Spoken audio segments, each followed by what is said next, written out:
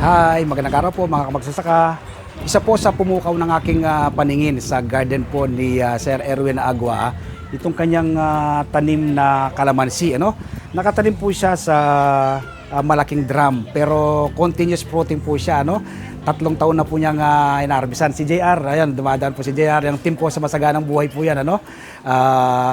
Sa mga susunod na araw po, abangan po ninyo yung e-air sa 1PH, Signal TV, Channel 1 ng TV5, yung Masaganang Buhay. Yung interview ko po kay Sir Erwin, itinuro niya po ako sa kanyang napakagandang garden.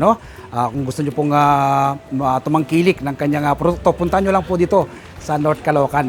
I-follow niyo po siya sa kanyang Facebook page. Bien Lettuce Garden. So tingnan po natin yung kanyang mga tanim na kalamansi, napakarami po niyang bunga. So yun po yung mga bunga ng kalamansi ni Sir Erwin.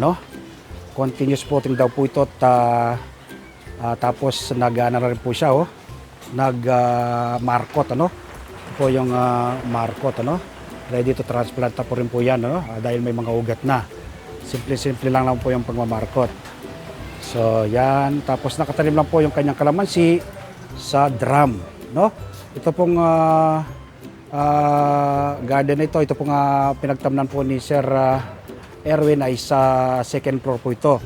Pero meron po siyang pinaka rooftop, doon po yung kanyang lettuce. Ito naman po yung kanyang ilan sa kanyang mga strawberry. Makikita niyo po yung kanyang mga strawberry. So may ilang bunga na rin po siya. Nagsisimula na po siyang mag-flower at magkaroon ng bunga. Nawa po, bulang ngayong araw na mapanood nyo ako. Magtanim na rin po kayo ng inyong sariling pagkain. Ano po makukuha po ninyo sa inyong pagtatanim? Una po, makakatipid ka. Pangalawa, masustansyang pagsasaluhan ng buong pamilya. At pangatlo, makakatulong ka sa pagpreserba sa ating inang kalikasan. Salamat po!